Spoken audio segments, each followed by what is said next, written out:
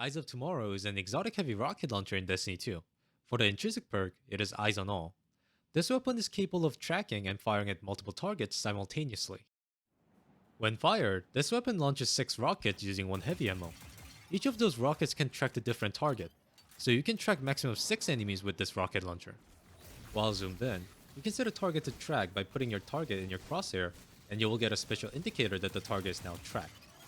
This indicator will go away if target stays out of your crosshair for 4 seconds, or leaves your line of sight. The tracking stays on even if you zoom out, or loses direct sight of the target.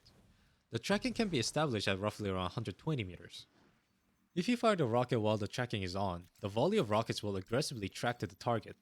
I say aggressively, because the tracking on this rocket is uncompared to other rockets. Even if you fire the rocket to the opposite direction of your target, the rocket will still find their way to them, as long as there is no obstacle in their path. When compared to other adaptive frame rocket launcher, Eyes of Tomorrow does roughly around 60.8% extra damage if you land all 6 rockets. However, to bosses and champions, the extra damage gets reduced to 12.5%. Considering the fact that it takes some time to fire all 6, have to land all 6, and this is an exotic, it's better off to use legendary rocket launcher on bosses and champions rather than this exotic. The exotic trait is Adaptive Ordnance. Killing 4 or more combats in a single volley increases the damage of the next volley. Once you kill 4 or more combats in a single volley, you will get a buff called Adaptive Ordnance. Fire Eyes of Tomorrow while you have this buff, and the volley does 50% extra damage and you will lose the buff. This buff does not have expiration timer, and does not go away even if you swap to other equipped weapons. Eyes of Tomorrow is a very unique and fun weapon to use.